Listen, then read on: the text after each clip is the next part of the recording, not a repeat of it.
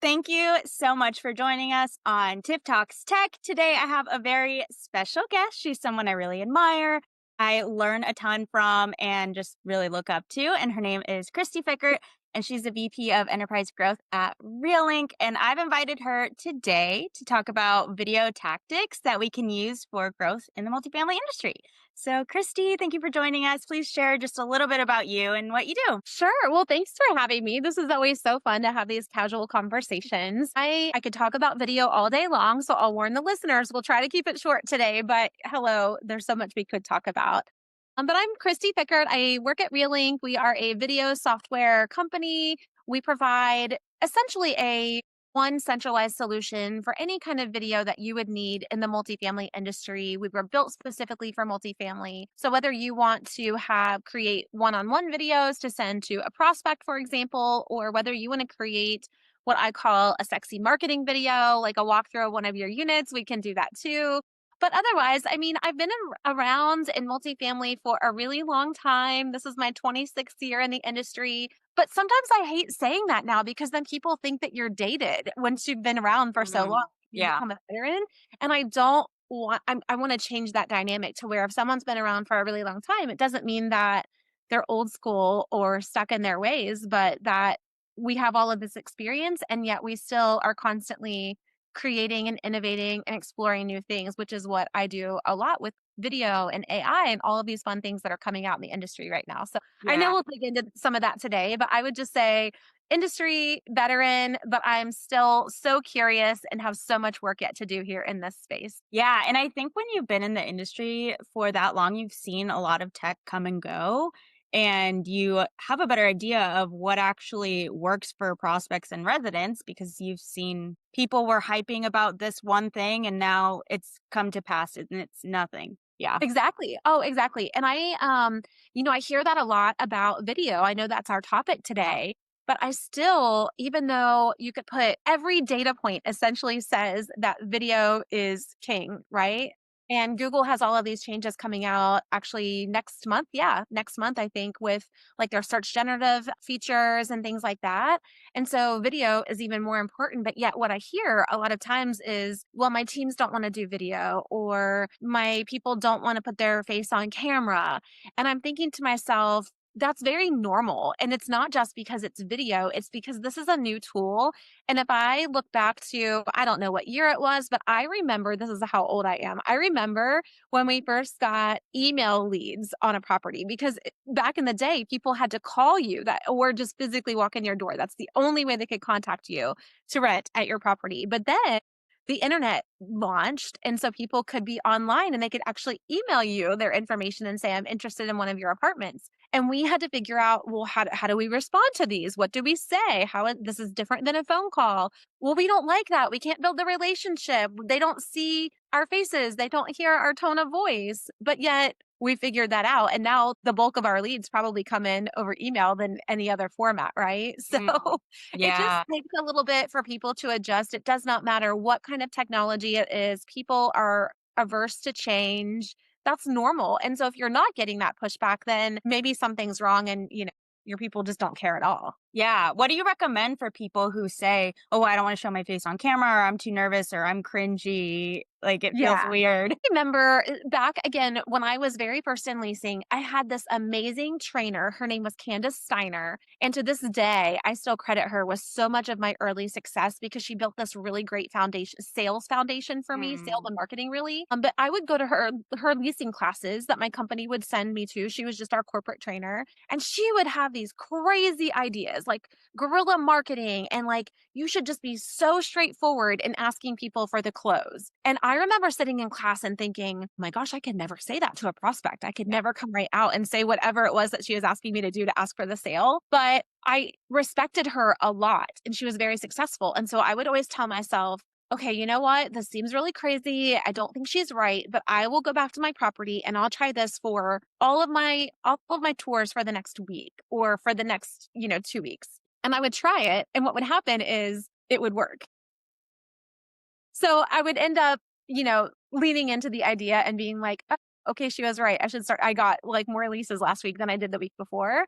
So with video, it's really no different. And what I tell people is I want you to just try it 3 times, 5 times. You can't just try it once because how many times have we tried something once and it flopped? I mean, try riding a bike. How many times Mm, did that take you to yeah. figure that out? How many times did it take you to figure out, how to effectively run a Zoom meeting or a podcast? You get better as you go. So I tell people just for the next week, I want you to follow up with every prospect with a video, with a follow-up video. Or maybe it is, I want you to create 2 maintenance how-to tutorial videos this week. And anytime someone calls in with a maintenance request for a garbage disposal, send them this video and see if they can get themselves back in business without you having to ever bother the maintenance team or write up a support ticket. What happens is now, sometimes it doesn't work, but most of the time it does. And so they see that it works. So if you're doing this for follow up just for the next week, like you don't want to do it, you don't think it's going to work, but you try it, what happens is then you'll get a response from a prospect that's been ghosting you. You've Mm, been emailing them, calling them, no go, not hearing anything. You think they fell off the planet. You think they maybe rented somewhere else. And then you send a video and boom, they reply in your inbox and you see that come in. And so that gives you what I call the dopamine hit as a leasing person. And you're like, oh my gosh, I tried everything else, but this is the one thing that finally caught their attention. So then you want to do more of it and you're more likely to do more of it. And I think most people, what they're really afraid of is they're afraid of failure or looking silly on video because you see so many professional videos out there, or they're watching TikTok and all of these influencers who this is what they do full time in their real life. Your prospects aren't looking for that. They're just looking to connect with you in a really authentic way. And so you creating something off the cuff and in the moment is really what they want to see the most. And it gets results. So when you start getting those results, then you're more willing to do that thing yeah, and I think the to more you actively do it, thrive. the more natural it's going to feel. The first time you do a video, you have no idea what to say, and it feels almost scripted and awkward, it Yeah. can, and then the more you do it, the more it's going to be natural for you. Yeah, be you. I mean, I have videos where I was sitting in my car. I actually had one last year that I posted on LinkedIn and I just went through something. I was dropping my kids off at school or something. And this thought hit me. It was just inspiration hits you anywhere, right? Like you're usually driving, you might be in the shower. Don't record a video while you're in the shower. But like, it hits you in the moment. Just open your phone and hit record and just talk like you naturally would to a friend. But I was in the drop off line. And so I didn't have any makeup on yet for the day. My hair is like in a messy bun. But I just had this message and I thought, I have got to tell people I just need to get this message out to the world. And it's one of my best performing videos because I wasn't at my desk. I wasn't dressed up and overly produced. It was like, wow, we feel like we got a peek into the real Christy, a peek behind this curtain that we normally see her all put together. And so people like getting those glimpses of you just what in real life.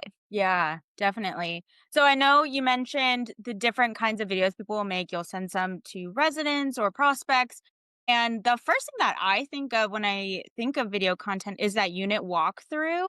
How do you recommend? I know when I worked on the property management side, one of the issues that I ran into was we had 70 properties, and I felt like you have to do something once, you have to do it 70 times. So, how do you recommend for scalability, either working with your team or how do you get that message across when you have so many communities that you may be over? Yeah. So do you mean for like if they're trying to implement video or the execution of if I work at a property and I need to take 70 unit videos, how in the world do I accomplish that? I mean, it could kind of go for both, but I'm thinking like I was a marketer on the property management side. And so I wanted to hold it close to me. And I almost didn't want to give the site access to doing that because I was nervous about what was going to be produced.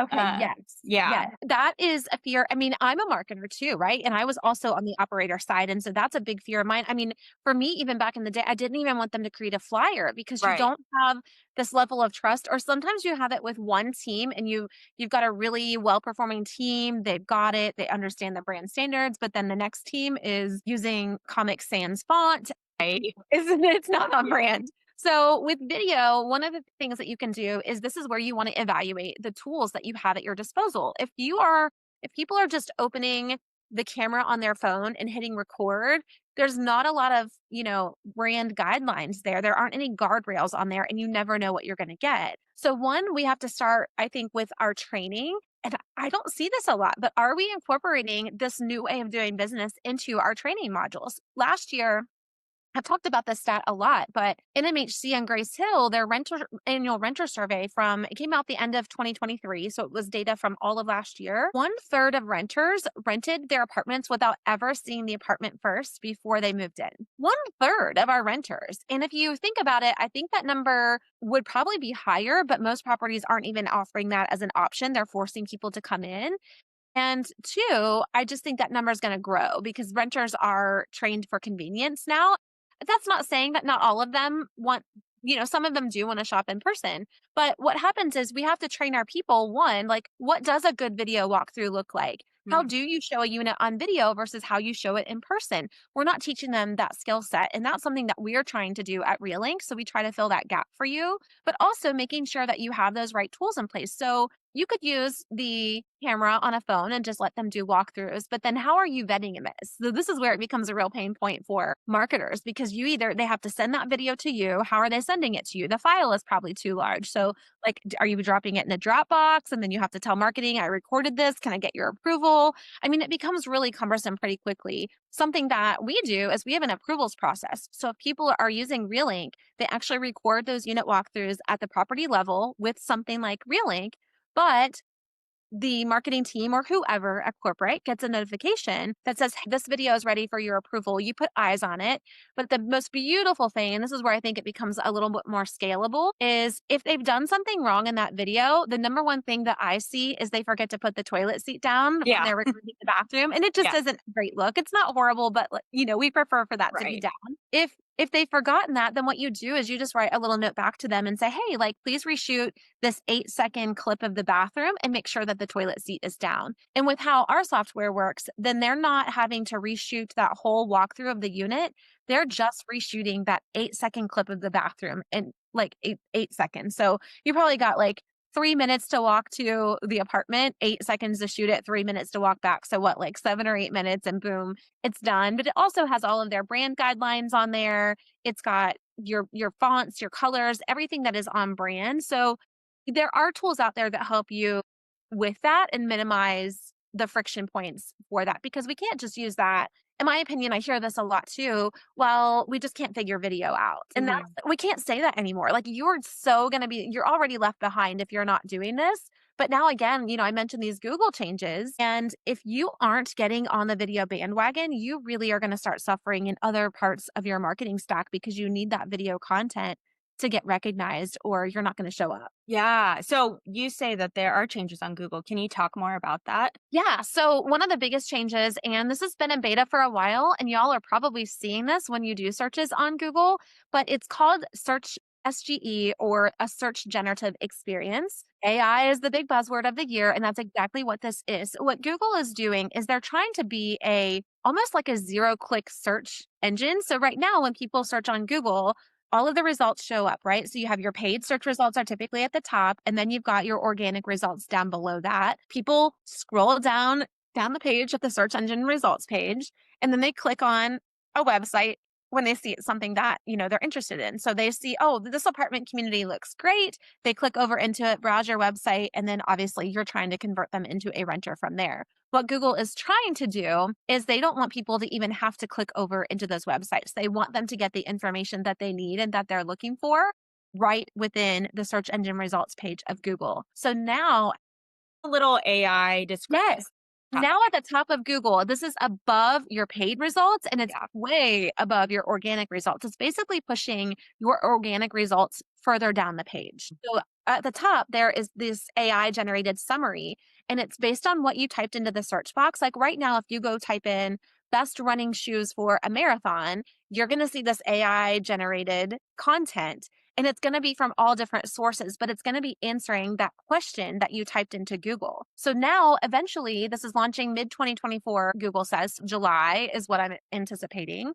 That when people are searching, best apartments in Dallas or one bedroom apartments in Atlanta, you are going to start seeing these AI generated summaries. But you obviously want your website and your company to show up there, not this information from all of these other third party sites. The other two things that are really big are Quora and Reddit. If you'll notice, these are showing up higher up in Google search results now too. And I can send actually, I should send you this as a resource for listeners, but Yeah. Google, I have a whole PDF document and it's from Google outlining these changes. And it talks about what you can do to not beat the system because it's really not based on algorithms so much anymore as it is just your general content that's out there. Mm. But what marketers are going to have to do to attack this change is you're going to have to stop putting your content only on your website and only on your socials. And you're going to have to really start syndicating and distributing your content across more channels, which in multifamily, we haven't had to do that a whole lot.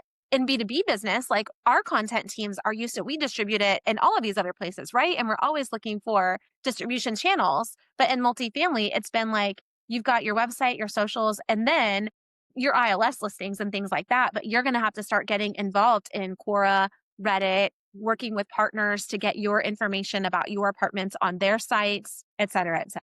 One of the things I actually wanted to talk more about is the different avenues that you recommend because before, I remember when I was on that side of Facebook, Instagram, that's it really. Yeah, yeah, yeah. So And what even else some do you people are recommend?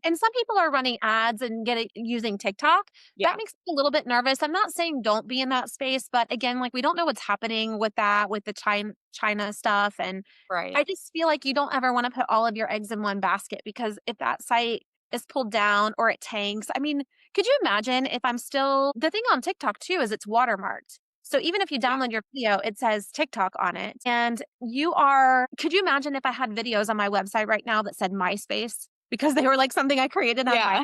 and then I downloaded it and that's the Vintage. video that I'm using everywhere else. Yeah. I mean, so you don't want to date yourself because this stuff moves so quickly and you always have all of these platforms. But with content and especially with video content, what people normally start asking me about video is they're wanting to use it for leasing in some way. They're wanting to use it for prospect follow-ups or maybe for marketing, like they're wanting those floor plan walkthroughs to use. But that's people don't always think about the power of video. So if you have one video, I want you to think about all of the ways and all of the places where you could share that video. I want you, yes, sending it to prospects. I want you putting it on your socials. I want you putting it on your interactive site maps, like Ingrain or something like that, for an example. Yeah. I want you adding it to your website. I want you adding it to your ILS listings because renters, the more they can see, the faster they're going to make their decision to do business with you instead of your competitor. So just thinking about what other distribution channels could you have that aren't necessarily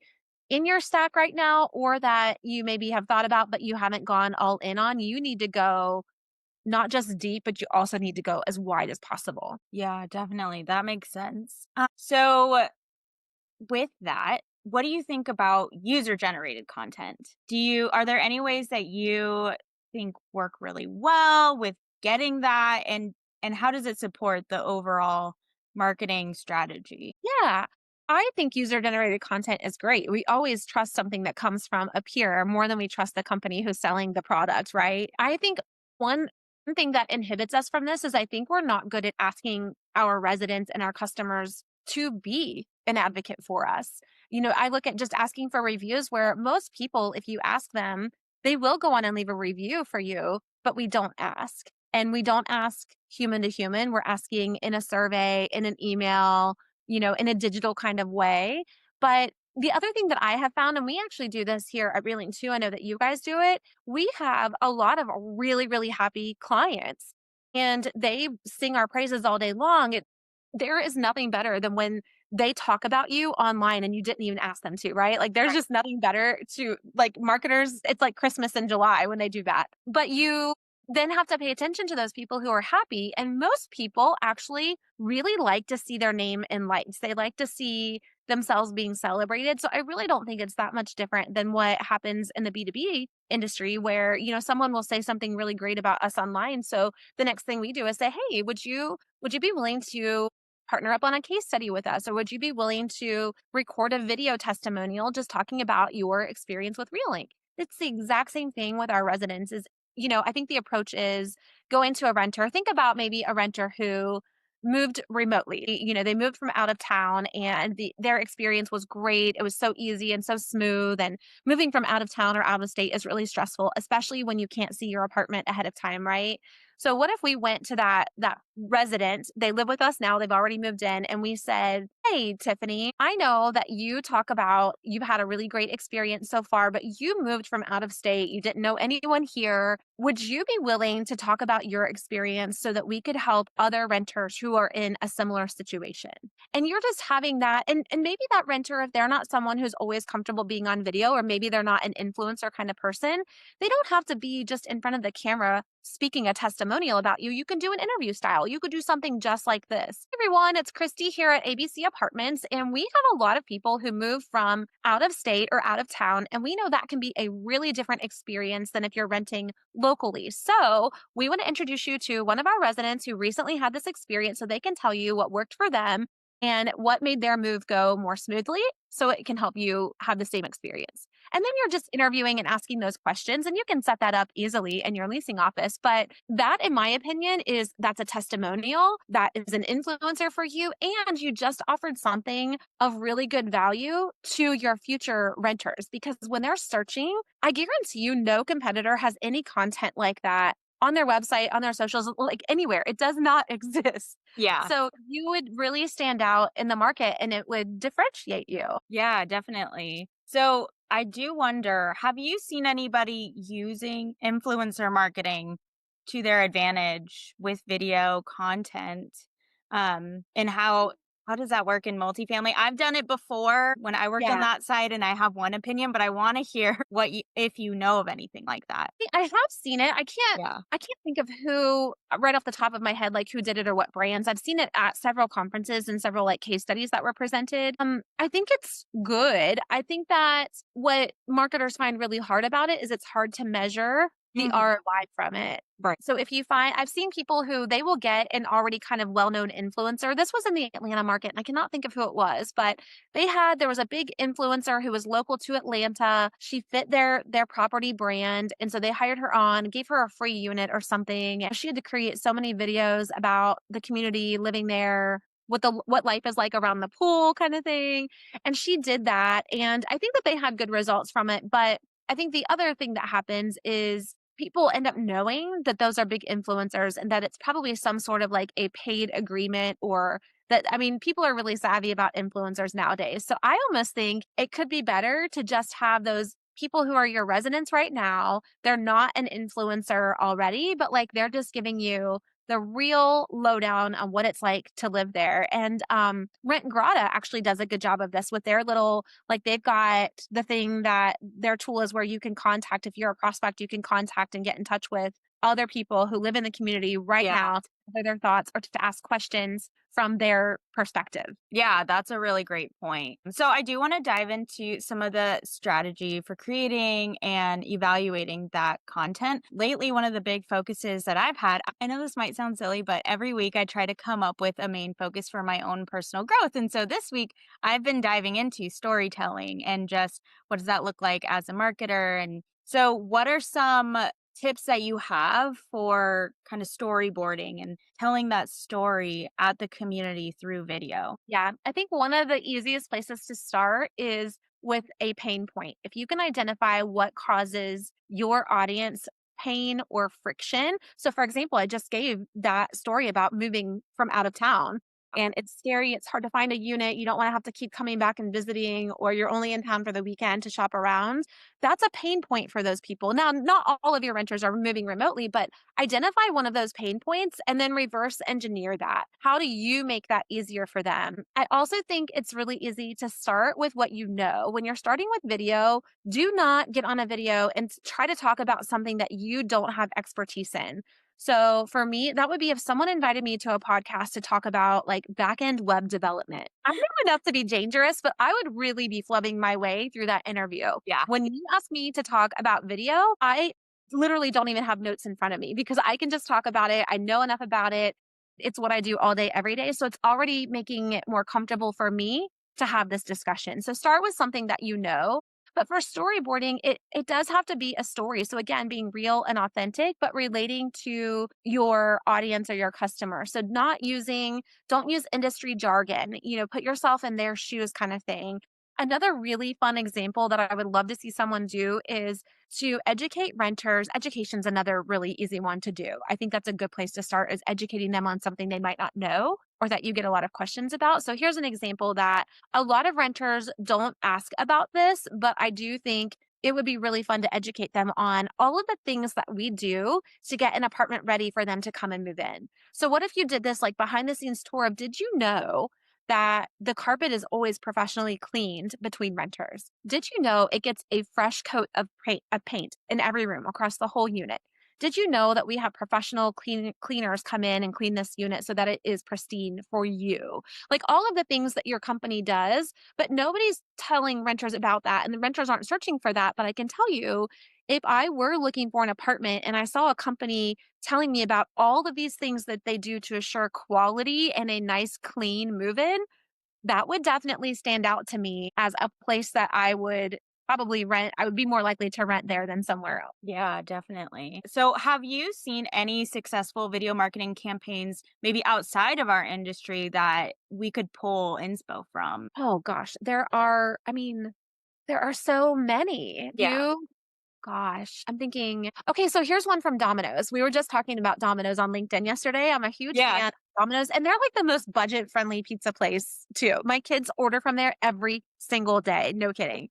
Because it's so inexpensive. So Yeah. they can't. But Domino's created this video campaign, and there's this stereotype of if I ask you like, Tiffany, who do you think is working at Domino's and making your pizzas? Like, who do you think the stereotypical person is there? A teenage boy. Okay, yes, like a Yeah. teenage boy, part-time job, right? Like we just think it's a bunch of teenagers running the show at Domino's.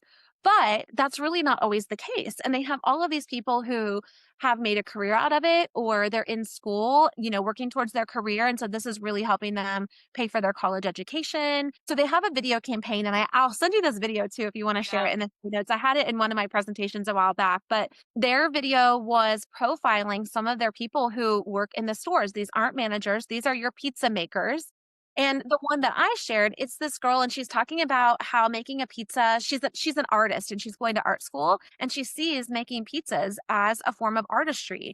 She's making sure that everything when she rolls out the dough, it's just exactly how it should be. And then she's placing each piece on it like very strategically. Now, do I think they're all making their pizzas that way? No, it probably Yeah. is a teenage boy, but they were just really trying to get out from that stereotypical, hey, like these are real people behind the scenes and this is how much we care about delivering a quality pizza to you is we have people who are putting great care into this food that we're making for you. And I thought it was genius and it just helped you connect with the people behind the scenes on a deeper level. Such a fun idea and something you can definitely translate into multifamily. Do that with your leasing team and talk Yes. about what are some of the things that they do to put extra care into that unit.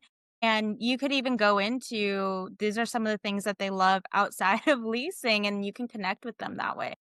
Yes, my favorite one is to just make a quick if you're a leasing agent, I have 2 ideas. If you're a leasing agent, just, again, open your phone, hit record on the camera, and record a quick video that says, "Hi, Tiffany, it's Christy here at ABC Apartments. I have helped 87 people find home this year, and I would love to help you find your next home too. I'm also a foodie, so if you need any recommendations about where to eat in the neighborhood, I'm your girl." Yeah. Stop. And then you send that to every prospect that or every lead that comes in who you're trying to get them to schedule a tour. That's it. But like I didn't just say like, "Hi, it's Tiffany from ABC Apartments. Nice to meet you and I'm excited to help you find your home." I told them how many people I've helped find home this year and that I'm a foodie. So hey, like if you need a good place for lunch, like I can definitely make a recommendation for you. I'm finding like the personal connection and I'm sharing something about myself. And then my other idea is on the maintenance side, there are a lot of people who live by themselves, like, and especially like females who live alone. I think about this a lot every week when I travel in hotels and I'm by myself. If I have an issue in my hotel room, I really don't want someone coming into that room because as a female traveling by myself, I just don't the maintenance team, it's usually a guy. Yeah. Even if I'm not in my room, I don't want him there. Like, there's always the fear of, like, he could install a camera, or if I am in the room, like, I don't wanna be alone with this man that I don't know, and I'm sure the hotel does background checks and all of the same things that we do, but what if your team created a video about your maintenance team that said, "Hi, everyone.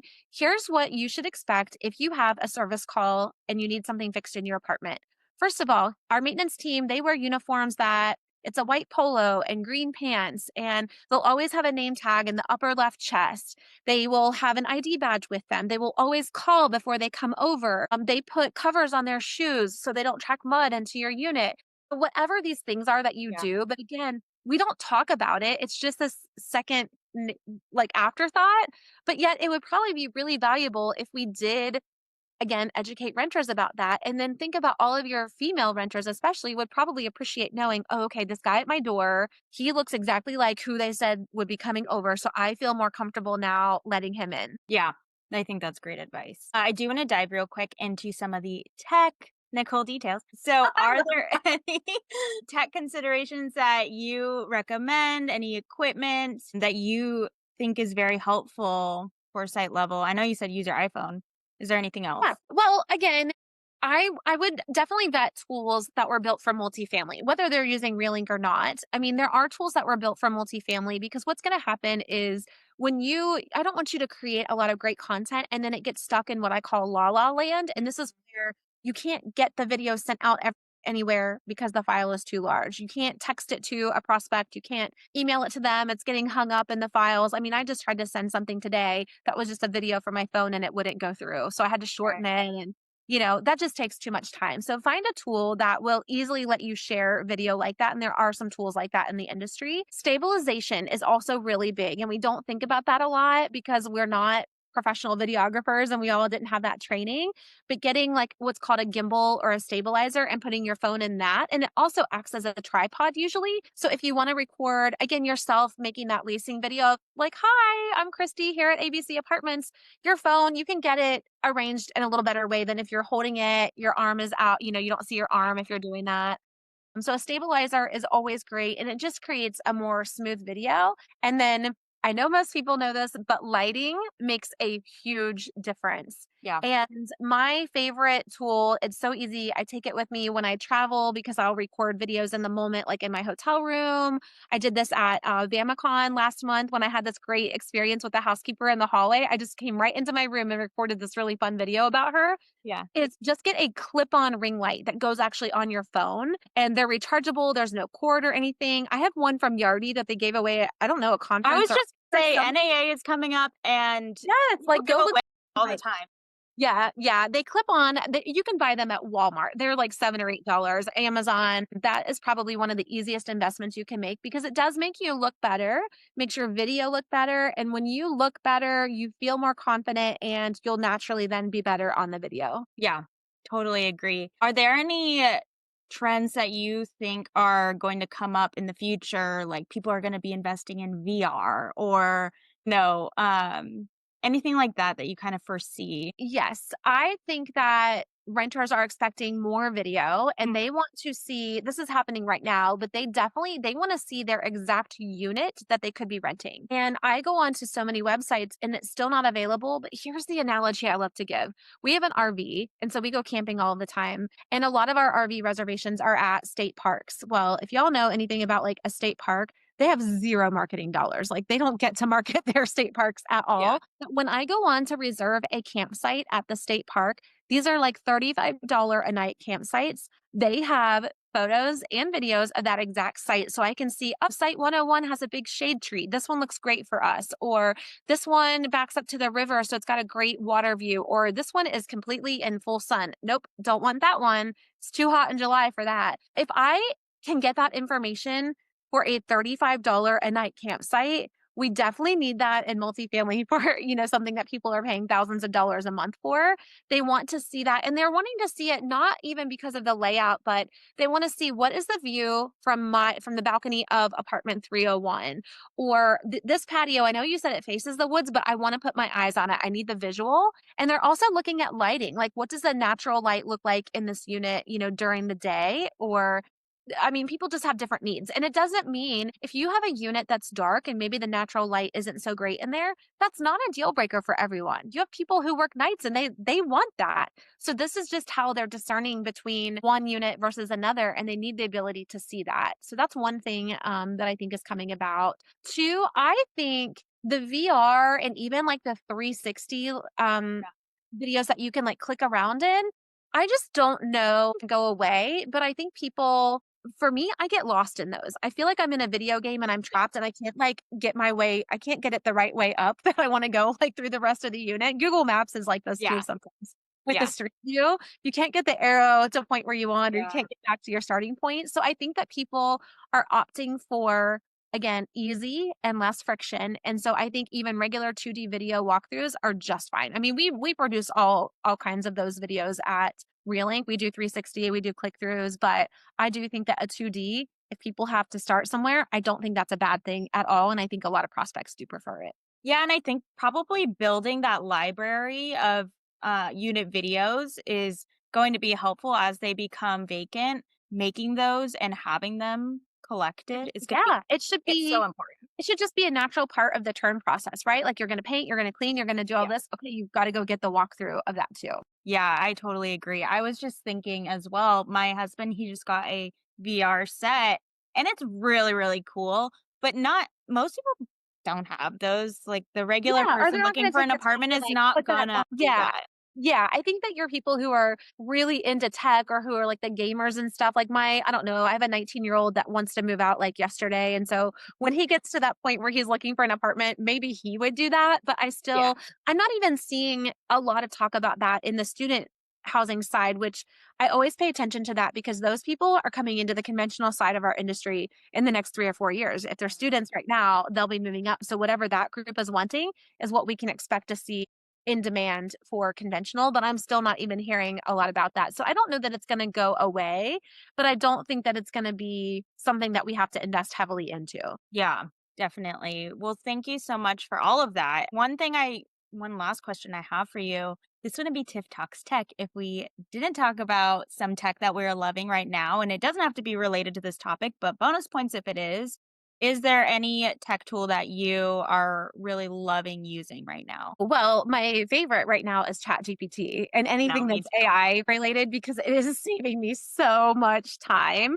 And this is an example too, like with video. So what we're doing is we are actually building in video like an AI reviews feature, and it will score and tell you how you did with your video. So you know what you need to improve, or like was your stabilization not right? Like you were just too shaky, or you moved too quickly as you did that unit walkthrough. So think about, an AI tool that can grade your work for you and tell you if you're doing a good job with video or need to change something up. So that's just an example of how we're using AI here. But for me, I use it talk about video. I use it to write scripts. If I know I need to create a video promo for Yeah. something like a speaking session I have coming up or for a one bedroom, but I don't quite know what to say. I'll just type it into ChatGPT and say, "Hey, write and I'm really specific, 1 minute script for me to promote this one bedroom apartment. Here are some of the features about it, or this speaking session about apartmentalize that's coming up, or whatever it might be." Yeah.